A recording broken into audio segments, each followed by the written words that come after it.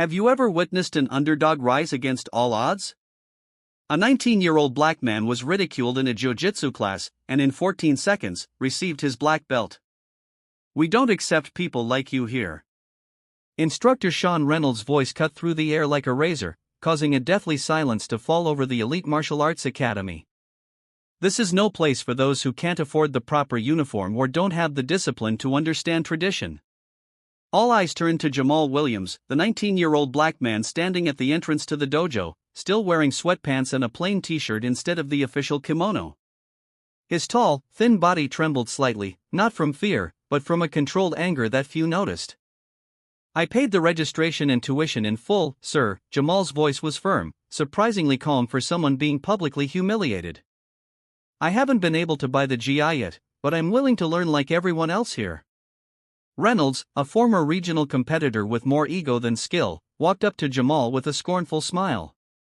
At 38, he maintained his intimidating physique and sensei status with a rigidity that bordered on tyranny.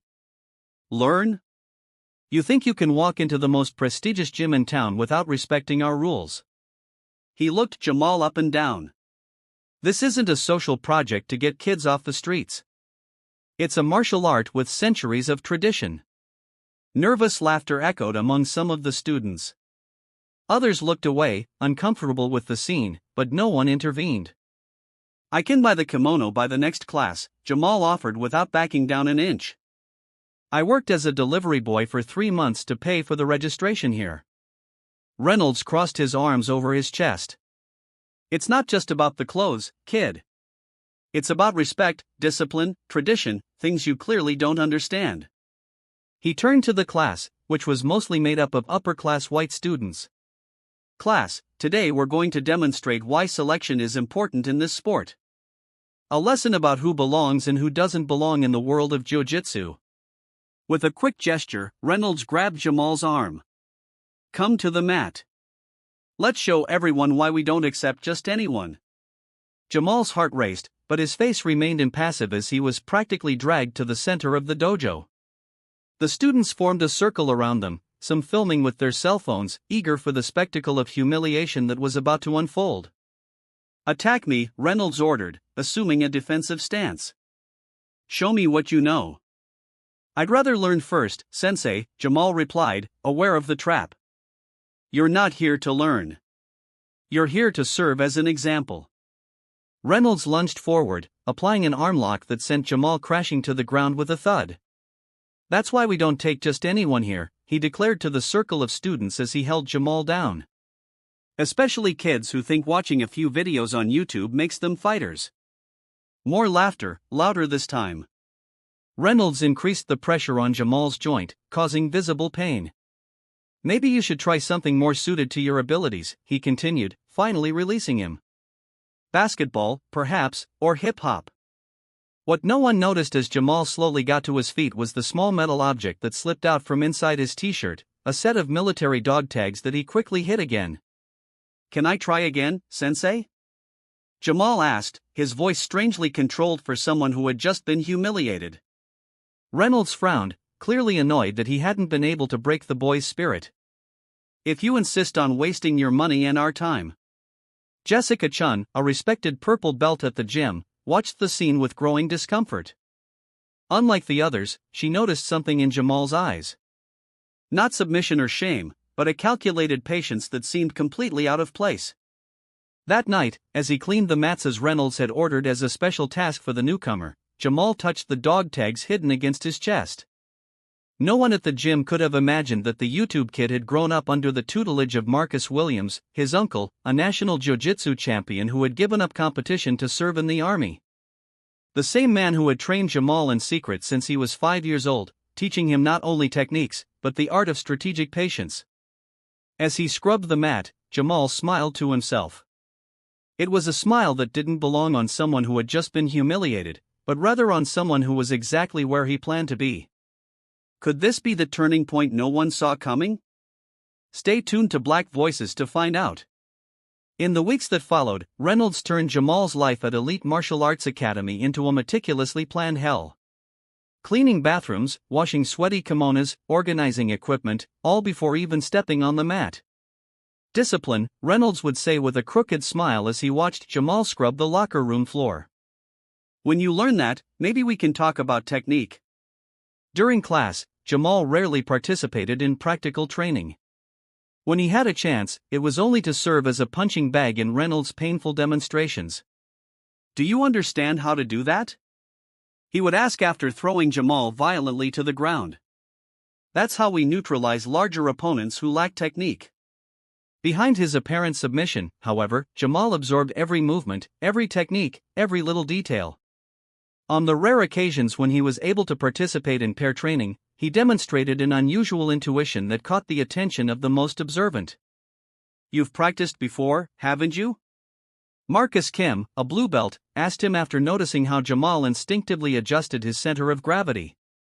I've watched a lot of videos, Jamal replied with a reserved smile. The same excuse he always used. It was Jessica Chun, the respected purple belt at the gym, who finally approached him after a particularly brutal class. Meet me at the cafe on the corner in 10 minutes, she whispered. I need to talk to you. Away from the eyes of the gym, Jessica got straight to the point. What's your game, Jamal? No one can take what you're going through without a reason. I don't know what you're talking about. I'm just trying to learn. Jessica cut him off. I've seen Reynolds destroy guys who are much tougher. They quit within a week. You've been here almost a month. And on top of that, she hesitated. You deliberately hide what you know. Jamal sighed, recognizing in Jessica something his uncle always mentioned. Sometimes you have to trust someone to win impossible battles. My uncle was a national champion before he joined the Special Forces, he finally revealed. He trained me since I was a kid. Reynolds trained with my uncle when they were young. When my uncle won the national championship, Reynolds spread rumors that he was on steroids. The investigation proved it was a lie, but the damage was already done. So, this is about revenge. It's about justice, Jamal corrected. Reynolds destroyed my uncle's reputation out of jealousy. Now he runs a gym where he humiliates people he considers inferior. I'm not here to defeat him. I'm here to expose him. At the gym, Reynolds was planning his next humiliation. The Regional Open Championship was coming up, and for his amusement, he entered Jamal in the beginners division. Williams, he announced during practice. You'll be representing the gym in next month's regional tournament. In the beginners division, of course. Murmurs of surprise rippled through the dojo. Jamal simply nodded. Thanks for the opportunity, sensei. Don't thank me yet, Reynolds laughed. You'll probably get knocked out in the first round, but it'll be a good lesson for you to understand your place. What will Jamal do to turn the tables on Reynolds? Keep watching Black Voices to see the stunning revelation. What Reynolds didn't know was that 3 nights a week, Jamal trained in a small basement in the south side of town. The space belonged to Carlos Mendez, a former teammate of Jamal's uncle and current instructor at a community gym. Jessica had sought out Carlos at Jamal's suggestion. He needs to hone his skills without raising suspicion, Jessica explained. And he needs a coach who understands the situation. Carlos, who had his own stories about Reynolds, accepted immediately. Marcus was like a brother to me. If his nephew has half his talent, Reynolds is about to get a lesson he'll never forget. In secret training sessions, Jamal finally showed his true potential. His technique, refined by years of training with a champion, impressed even Carlos. Your uncle taught you well, he observed. But Reynolds will be prepared for someone with basic skills. We need you to look like a beginner with occasional flashes of natural talent. The key is to convince him you're no threat.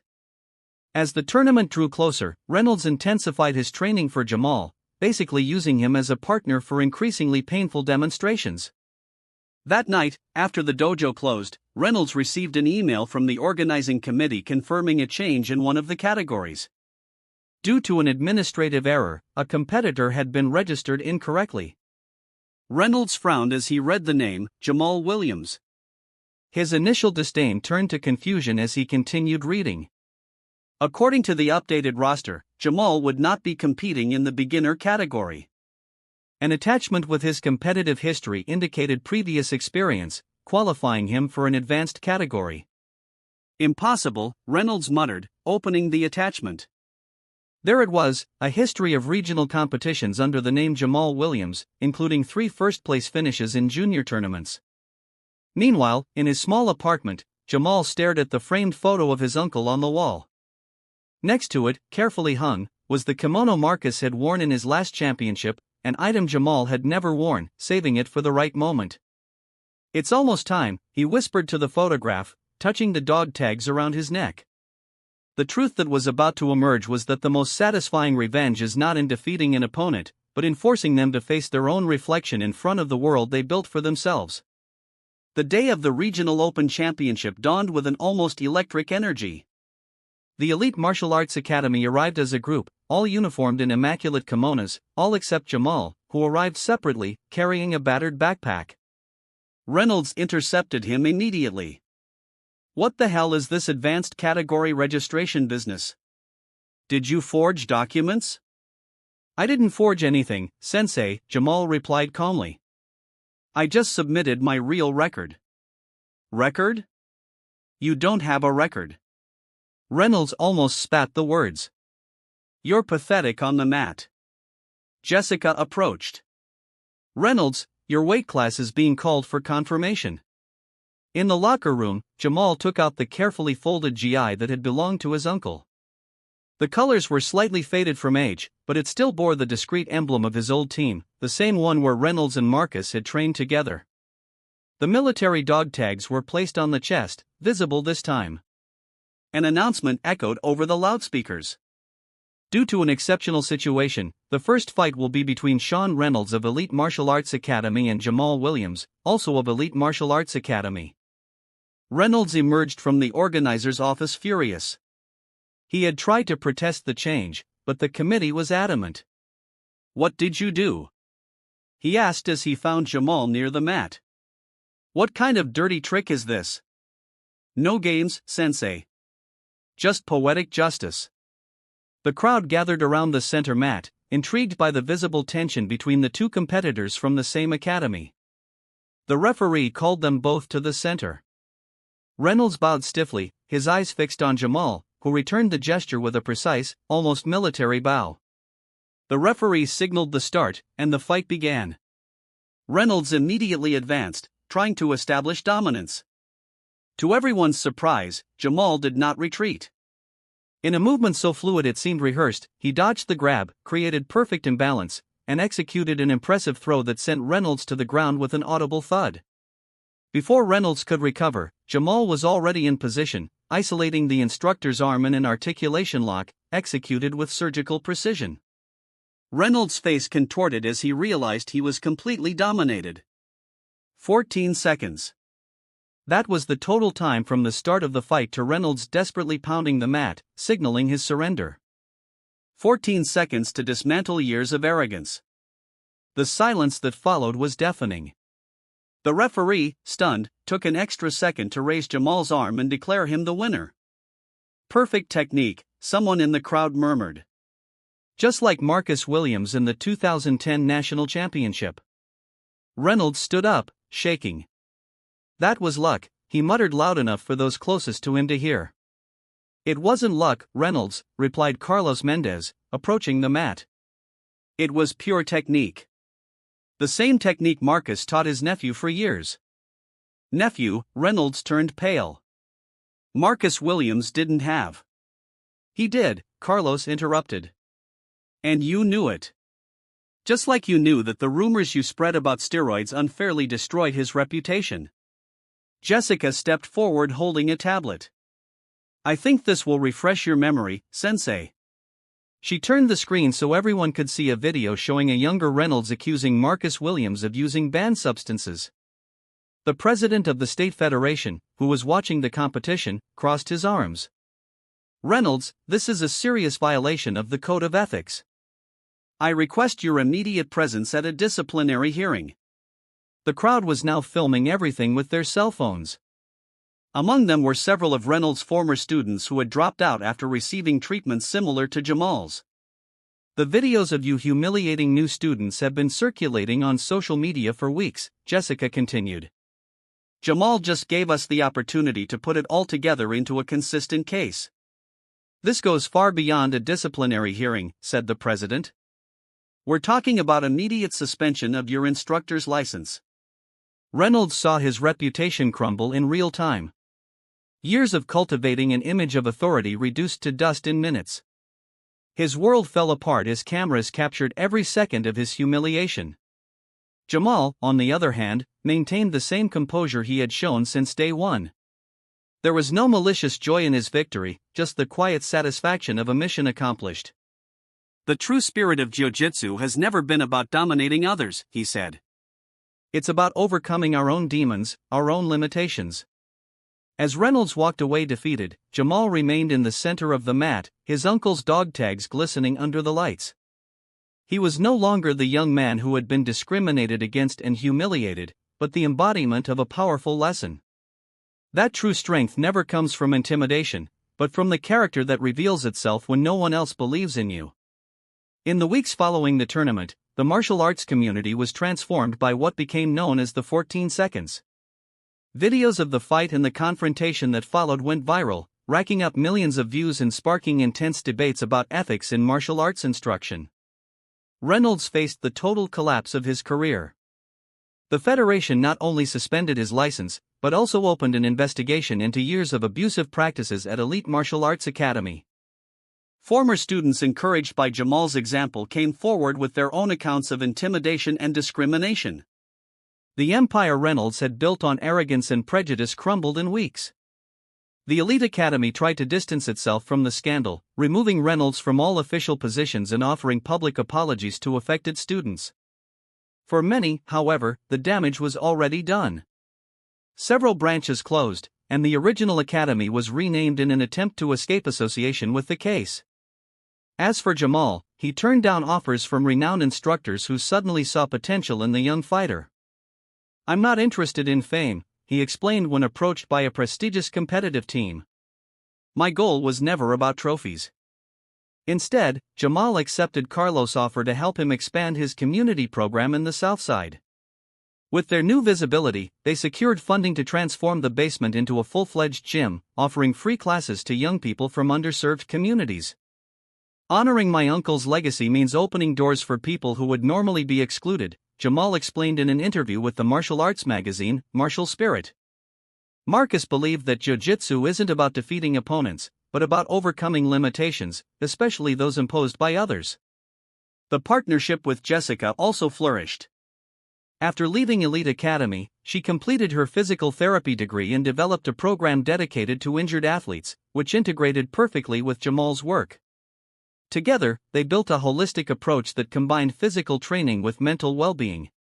What I saw that first day when Reynolds humiliated him was something rare, Jessica confessed during the opening of the new gym. It wasn't just technique or composure. It was the understanding that strategic patience always beats brute force. 6 months after the incident, Jamal officially received his black belt in a ceremony conducted by Carlos and other respected masters who had trained with his uncle. He tied it over the same faded GI that had belonged to Marcus. Some people think belts determine value, Jamal said after the ceremony. But my uncle taught me that true value is in how you respond when no one believes in you. The most surprising recognition came unexpectedly. On a rainy afternoon, Reynolds showed up at the entrance of the new gym. Thinner with deep circles under his eyes, he looked like a shadow of the arrogant man he had been. Jamal found him alone in his office. I could have sued you, Reynolds said after a long silence, for document forgery, conspiracy, defamation. You could have, Jamal agreed quietly, but it wouldn't have been convincing against all the evidence we gathered about your behavior over the years. Reynolds nodded defeatedly. I've lost everything. The academy, my reputation, even my family is turning away. You lost those things through your own actions, Jamal replied without cruelty in his voice. Not because of what we did. After another tense silence, Reynolds finally said what he had come to say. Your uncle was better than me. He always was. I'm sorry for what I did to him and to you. Jamal studied the man before him. Not a monster, just someone whose ego and insecurity had poisoned his character over the years. I accept your apology. What are you going to do now? I don't know. No one will hire me. No one wants to be associated with me. Jamal thought for a moment. We have a program for veterans with PTSD starting next month. We need volunteers to help with logistics. It's not teaching, just organizing equipment, setting up the space. Reynolds looked at him in disbelief. Why would you offer me that? Because my uncle believed that everyone deserves a second chance, but it has to be earned, not given. A few months later, the new gym, now called Williams Community Dojo, celebrated its first anniversary with an open house for the community. Among the participants were neighborhood kids who could never afford classes at Elite, veterans in recovery, and even a few of Reynolds' former students who had found a new home there. In the back of the hall, almost unnoticed, Reynolds quietly helped out, organizing equipment and guiding visitors. The road to redemption would be long, but he had taken the first step. That night, after everyone had left, Jamal stood alone on the mat, holding his uncle's dog tags. He thought about how a public humiliation had become the catalyst for something much greater than simple revenge. His victory wasn't in the 14 seconds it took to defeat Reynolds, but in the countless moments since then when each new student discovered that they belonged there, regardless of their background or appearance. True power isn't how long it takes to defeat someone, Jamal used to tell his students. It's how long you're willing to wait, train, and prepare for the right moment. Jamal Williams' story wasn't just about a young black man who surprised a prejudiced instructor, but about how moments of injustice can be turned into opportunities for systemic change. While some fought for trophies and recognition, Jamal fought for something much more valuable. A future where no one would be judged by the color of their skin or the appearance of their GI, but by the integrity of their character and the purity of their technique. If this story touched your heart and showed you how strategic patience can turn humiliation into triumph, don't forget to subscribe to Black Voices. We share real stories of extraordinary people who, like Jamal, remind us that sometimes the greatest champions are those no one expected to win until they prove them wrong in just 14 seconds.